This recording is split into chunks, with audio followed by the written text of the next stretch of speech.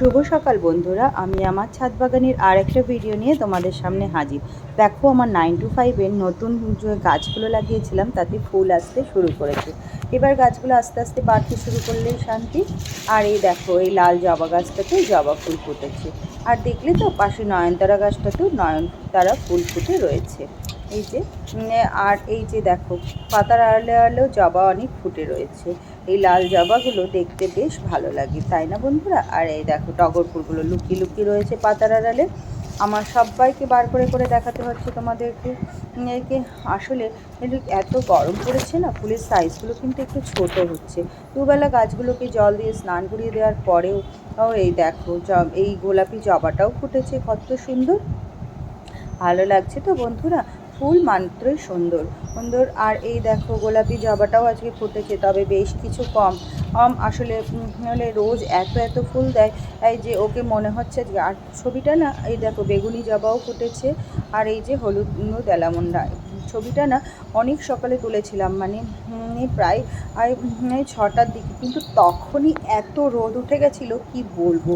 এখন যে এত গরম পড়েছে।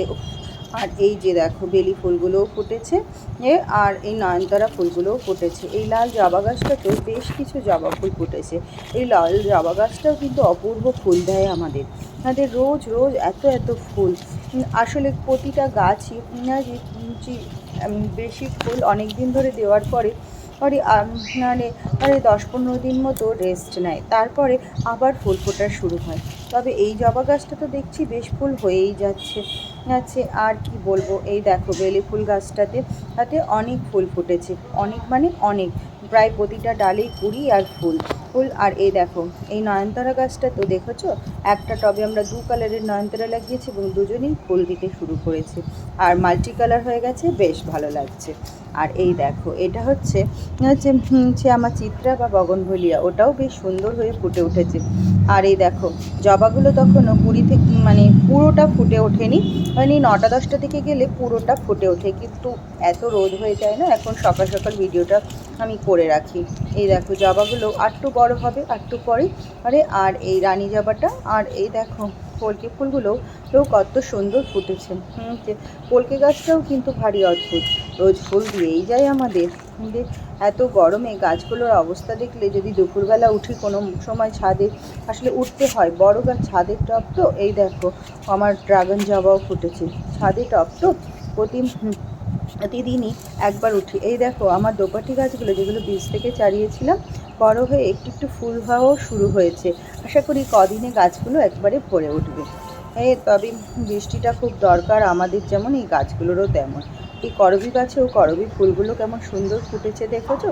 বৃষ্টি হলেই দেখবা যে ফুলগুলো তোমরা দেখছো সেগুলো আরও কত বড় হয়ে গেছে, কত উজ্জ্বল হয়ে গেছে, কত গ্লেসফুল হয়ে গেছে। আর এই দেখো, আমার বললিলিগুলো কি সুন্দর ফুটে রয়েছে। আর এটা হচ্ছে পাথরকুচি গাছ। পাথরকুচি গাছের এই ফুলটা হয়েছে তো, এই এখন 5-6 মাস থাকবে কিন্তু এই গাছটাতে। আর এই দেখো, আমার করবী ফুলগুলো দেখেছো, কত সুন্দর করবী ফুলগুলো ফুটে রয়েছে। এই গোলাপি করবীটা, এটা কিন্তু একটু প্রচুর ফোটে, সত্যি কথা। আর এই দেখো, এটা হচ্ছে আমার নাকচাপা গাছ, যেটাকে এত ফুল হয়েছে, এখন এই সাদা হয়ে রয়েছে ওপরটা গাছে।